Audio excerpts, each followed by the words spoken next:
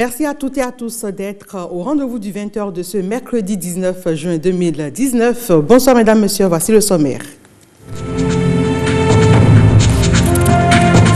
Baccalauréat session de juin 2019, les épreuves écrites ont démarré ce matin. Une équipe de la rédaction du journal télévisé a suivi le lancement des épreuves au CEG Godomé. Images et sons à suivre dans ce 20h.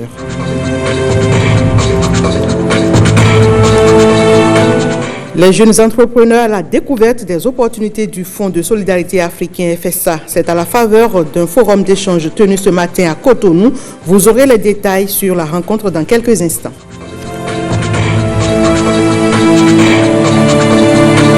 Puis en page sport, on parlera de l'Assemblée générale statutaire de la Confédération africaine des sports boules. Elle s'est tenue en marge des 7e championnats d'Afrique de pétanque qui a lieu à Lomé au Togo.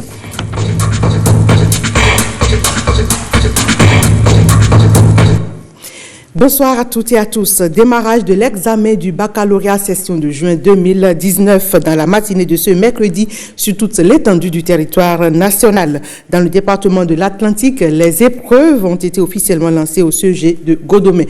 Lenaïka Bazaou et Bruno Rotepo pour les détails. Le top est ainsi donné ici au CEG Godomé pour le démarrage du baccalauréat session de juin 2019. Calme et sérénité sur les visages des candidats. C'est ce centre qu'ont choisi les autorités départementales de l'Atlantique pour procéder au lancement officiel de l'examen. Nous sommes là ce matin pour le lancement de la session unique du baccalauréat 2019. L'année a été apaisée, une année sans grève, donc nous sommes optimistes.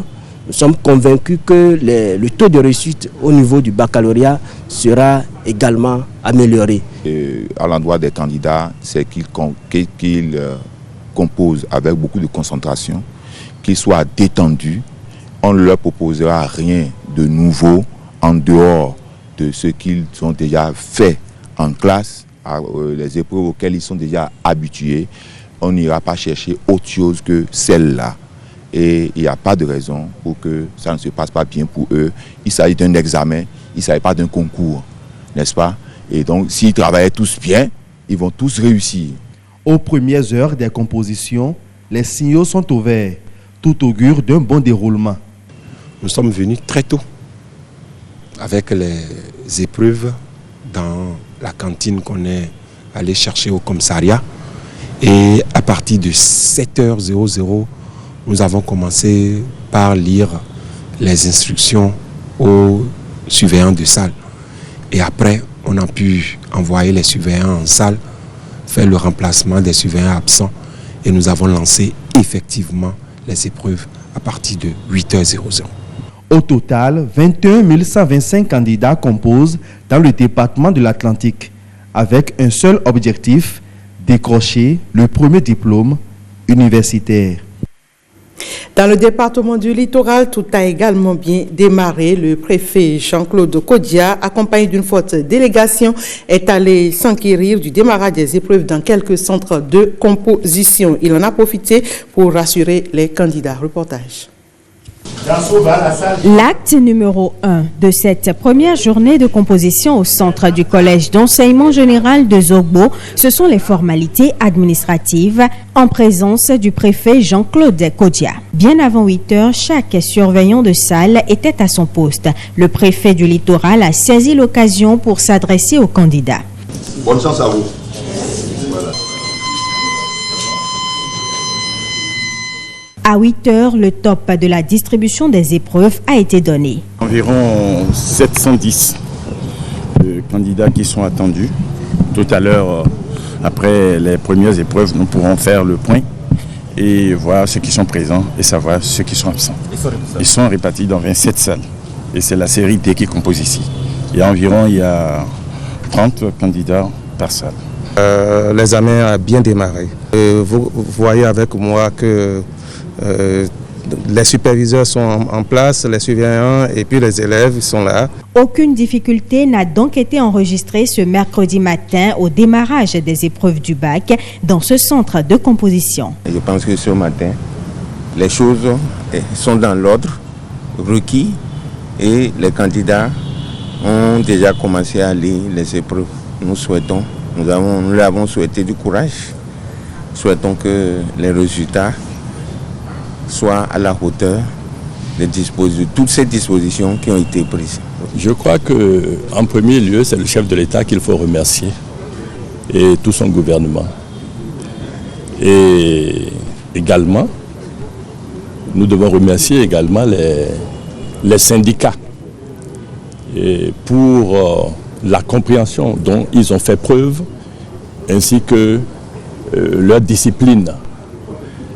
Nous devons remercier également les élèves qui se sont bien comportés et qui ont été studieux tout au long de l'année. Je crois donc que c'est une œuvre commune. Dans le département du littoral, 13 466 candidats répartis dans 18 centres composent les épreuves du bac 2019. Bonne chance à tous les candidats au bac 2019. Autre événement de l'actualité nationale, le Centre béninois des langues étrangères CBLAE célèbre ses 40 années d'existence. Le lancement officiel des festivités a eu lieu à l'amphithéâtre Idriss Déby Itno du campus universitaire d'Abomey-Calavi ce lundi. Sur les lieux, les anciens directeurs du CBLAE à qui des hommages mérités ont été rendus. Patrick Diossou. Du Bénin, du Ghana, du Nigeria, de l'Angola, du Tchad, de la Guinée équatoriale, de la Tanzanie, de la Corée du Sud. Ces étudiants sont venus de 8 nationalités représentées en 2019, année où le CBLAE, Centre béninois des langues étrangères, célèbre ses 40 ans d'existence. 1979-2019.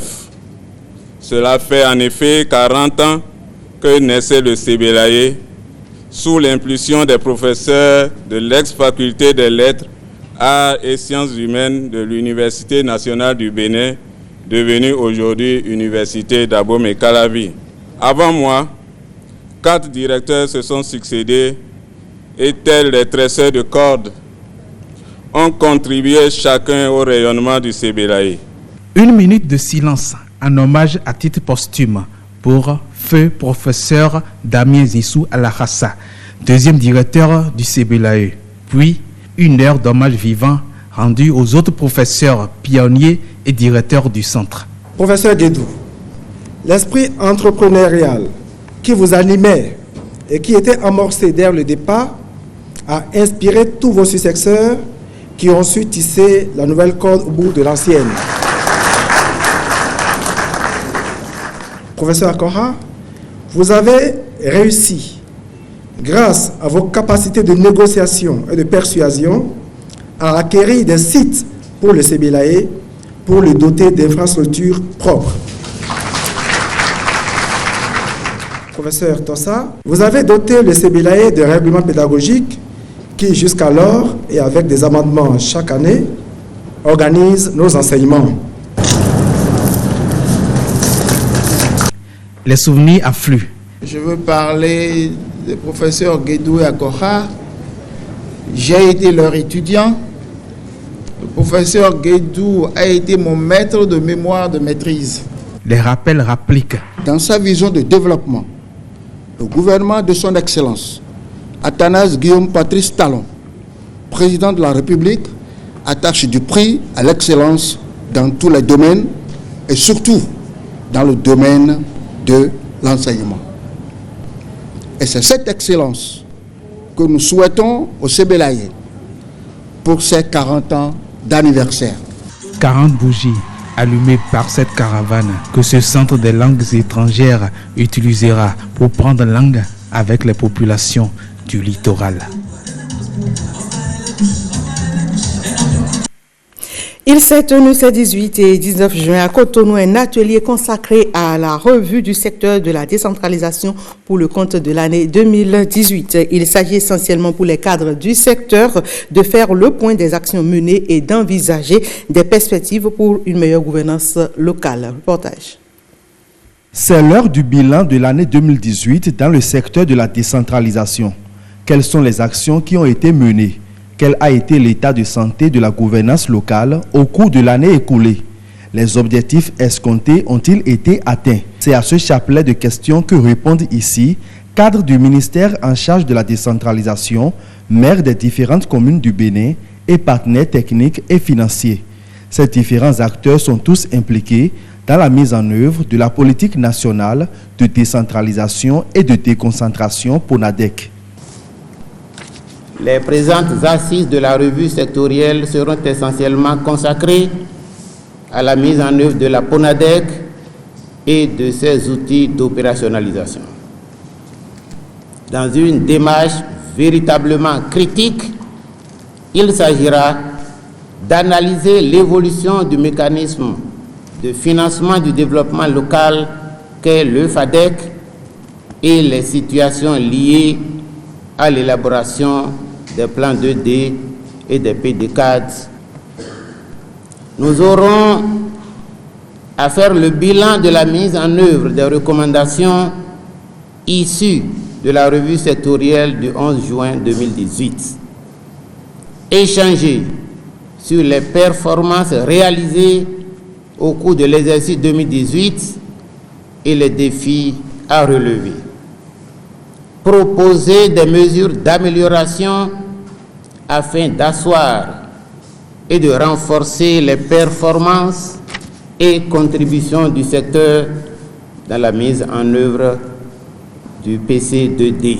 L'Association nationale des communes du Bénin souhaite que cette revue de l'année 2018 apporte un souffle nouveau à la décentralisation au Bénin. Mon vœu le plus ardent est qu'au-delà du bilan que nous aurons à faire concernant l'année 2018 sous revue, nos assises produisent des recommandations fortes concernant la dynamisation de la décentralisation et de la déconcentration dans notre pays. Plusieurs communications sont au menu de ces assises qui vont durer 72 heures. 2018 passé au peigne fin, les recommandations formulées vont contribuer à une amélioration de la gouvernance locale au Bénin. Cotonou accueille sous l'égide du ministère de l'Économie et des Finances le forum d'échange du Fonds de solidarité africain FSA. L'atelier a pour objectif d'informer les jeunes porteurs de projets sur les opportunités que peut offrir le FSA pour la mise en place d'un financement adéquat. La rencontre a eu lieu dans un hôtel à Cotonou. Blaise Adankbo et Louis Koudogbo pour les détails. Le rôle du Fonds de solidarité africain FSA dans le financement des entreprises au Bénin. C'est le thème de ce forum. Il permet d'informer et d'échanger avec les jeunes entrepreneurs sur les outils de garantie proposés par le FSA. Le Bénin n'entend pas s'éloigner de cet enchaînement vertueux et ambitionne de compter parmi ses précurseurs. L'importance des PMI, qui constituent en moyenne 80% des entreprises nationales de nos économies, est reconnue comme étant le moteur de la croissance dans nos pays. Le FSA a été créé pour mettre en adéquation les besoins de financement exprimés par les entreprises et apaiser les causes de blocage relevés par les banques et établissements financiers. Le Fonds de solidarité africain intervient aussi aux côtés du gouvernement. Je voudrais vous assurer que le FSA ne ménagera aucun effort pour contribuer au financement du programme d'action du gouvernement. Au total, le bilan des interventions du FSA au Bénin au 31 décembre 2018 ressort comme suit. Il y a eu des garanties de financement à hauteur de 26 milliards de francs CFA. Il y a eu une prise de participation en cours de réalisation. Créé en 1976, le FSA offre l'avantage aux petites et moyennes entreprises. L'opportunité est à saisir pour tout porteur de projet au thème du forum.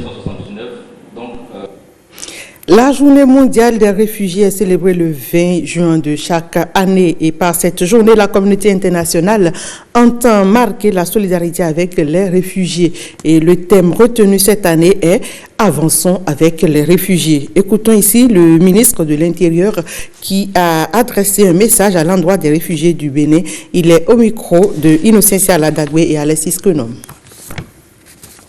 Ce thème très évocateur nous exhorte tous, ministres, députés, élus locaux société civile et citoyens de tous bords, dans nos fonctions et qualités respectives, à travailler pour l'inclusion des réfugiés dans nos projets et programmes de développement afin d'avancer ensemble avec eux.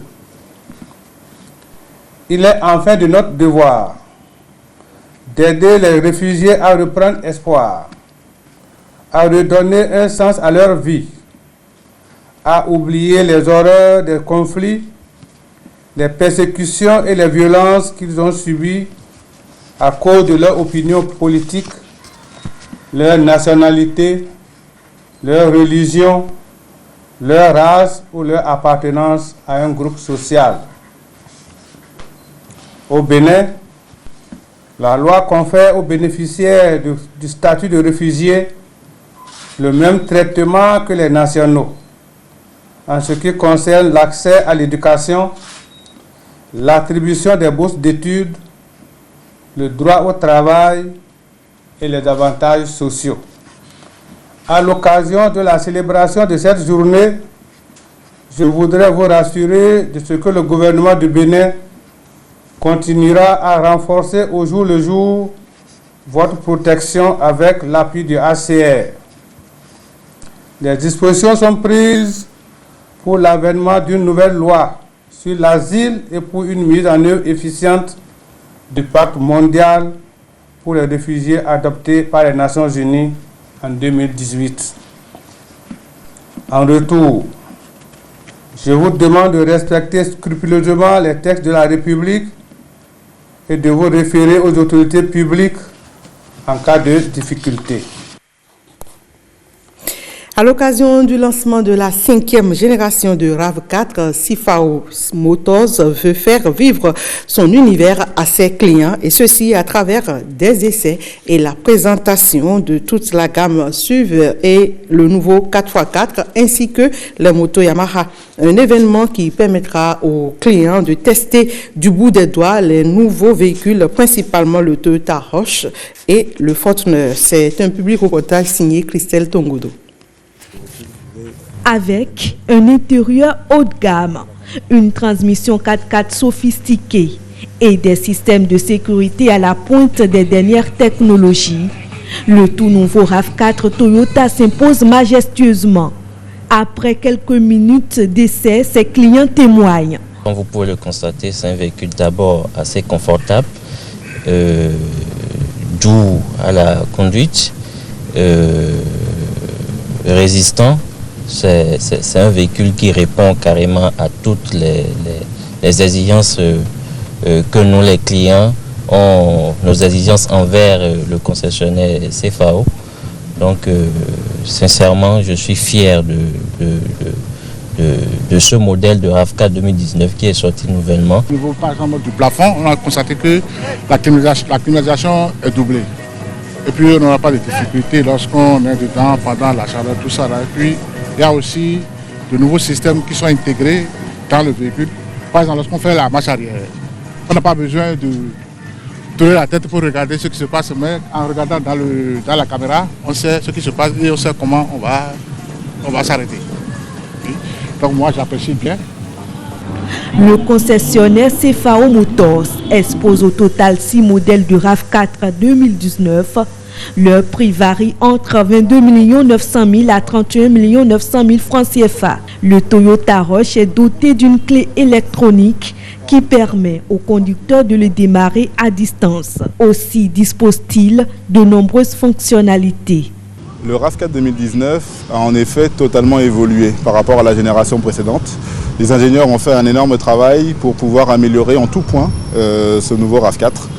Il est dans un gabarit similaire, il donne plus de place à l'intérieur, un plus grand coffre, des motorisations qui sont plus puissantes tout en étant aussi plus efficientes. Le nouveau RAV4 a un tout nouveau design qui est plus sportif, plus moderne, mais qui fait aussi beaucoup plus raffiné vu sa vocation citadine. On va retrouver des jantes de 18 et de 17 pouces qui renforcent encore cet aspect sportif, avec également une double sortie d'échappement à l'arrière.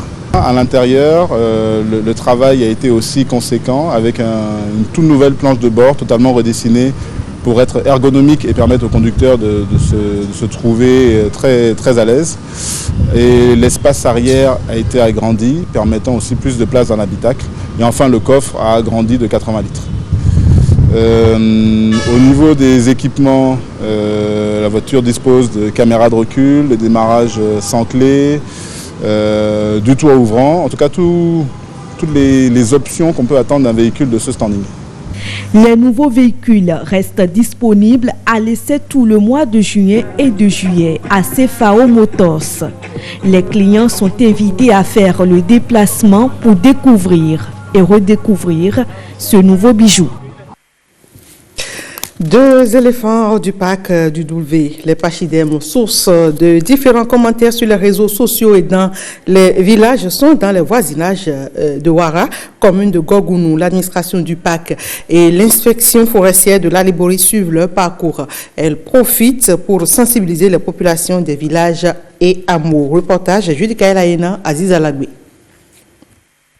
Ce sont 2 géants éléphants, une femelle adulte et un jeune mâle hors de la réserve du parc de Doulvé depuis quelques jours.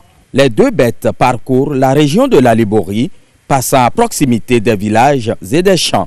Aperçus dans la localité de Ouné, commune de Banikwara, ils sont actuellement la cause d'attroupement à Soukarou, un village de Ouara, dans la commune de Gogounou.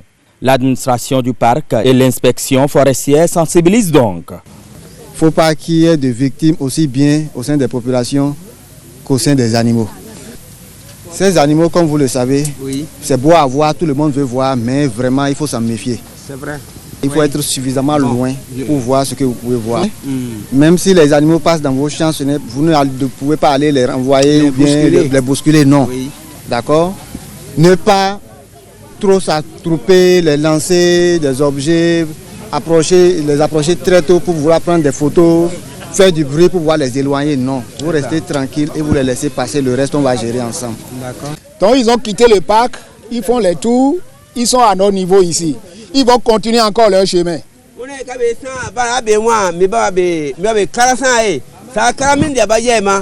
Il a l'air tranquille là, il est lourd mais il est plus rapide que nous tous.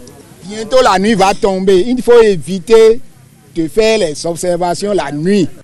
Pour rappel, en 2012, Soukarou, où se trouvent les 2 animaux voyageurs, avait enregistré un mort causé par un éléphant. Pour la préservation, d'abord, nous donnons tellement de conseils à tous les agriculteurs qui quittent le matin de très tôt, de faire attention. En dehors de ça, à la population, nous disons à la population de nous aider, nous les élus locaux, pour qu'il n'y a pas de vol.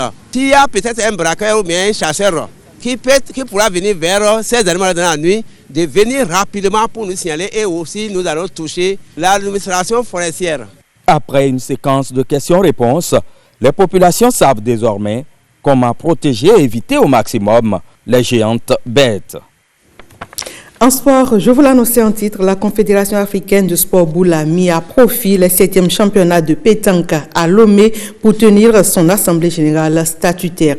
William Bassabi et Wenceslas Sawan-Imo reviennent sur les grandes lignes de cette rencontre. La Confédération africaine des sports boules en conclave. Réunis en assemblée générale en marge des 7e championnats d'Afrique, les dirigeants africains des sports boules présents à Lomé passent en revue les activités menées par leur institution depuis les assises de Tunis en 2017. En bonne place, l'attribution du Mondial 2022 au Bénin, compétition pour laquelle le président Ibrahima Idrissou sonne la mobilisation. Le président de la République du Bénin, son Excellence, Monsieur Athanase Patrice Guillaume Talon, passe par la voie du comité exécutif de la Confédération africaine de sport boule pour nous rassurer de sa disponibilité et de celle de son gouvernement à faire de ce mondial 2022 à Cotonou une édition de grande réussite sportive et socio-culturelle qui marquera l'histoire des sports boules aussi bien en Afrique que dans le monde. C'est pourquoi je voudrais nous demander d'œuvrer tous, collectivement ou individuellement, pour faire de ce mondial 2022 à Cotonou un succès éclatant et historique. Un mondial 2022 pour lequel la Fédération internationale de pétanque attend, selon le représentant de Claude Azéma, la confirmation de l'engagement de l'État béninois pour la bonne suite du processus. L'occasion de cette assemblée générale a été saisie par la Confédération africaine des sports boules pour rendre hommage au président du pays hôte pour la tenue effective de ces 7e championnats. Nos vifs remerciements, empreints de reconnaissance à un des dignes fils de l'Afrique, qui est toujours soucieux du développement ascendant du continent africain.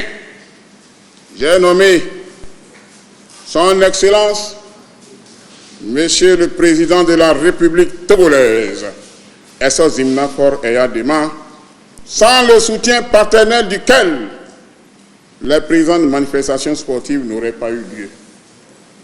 Je voudrais attirer votre attention sur quelque chose que les Togolais eux-mêmes ignorent. Peut-être la jeunesse ne sait pas qu'un des pères fondateurs du Togo a été un bouliste. Un bouliste, un tireur hors pair. Moi qui suis ici, c'est en son temps, à Lomé ici, que j'ai été désigné président des fédérations ouest-africaines. C'était avec sa bénédiction paternelle. L'autre information de cette réunion, c'est le décalage de l'Assemblée générale élective, désormais fixée pour le 15 décembre 2020 au plus tard, suite aux instructions du Comité international olympique qui fixe le renouvellement de tout comité exécutif après les Jeux olympiques de Tokyo de 2020. En attendant cette échéance, le challenge de la Confédération africaine des sports boules, c'est l'animation des zones sportives. Un attentat terroriste connu aux portes de Niamey au Niger, des manifestations de l'opposition au Malawi et un nouvel avion supersonique bientôt dans le ciel. L'actualité internationale nous est proposée ce soir par James William Bagidi. C'est à l'entrée nord de Niamey, la capitale du Niger, que 2 policiers ont été tués dans un attentat terroriste ce mardi soir. Selon les témoins, il sonnait environ 23 h, heure locale, quand 2 hommes armés ont pris pour cible le poste de police route de Oulam, faisant en dehors des morts 2 blessés parmi les agents.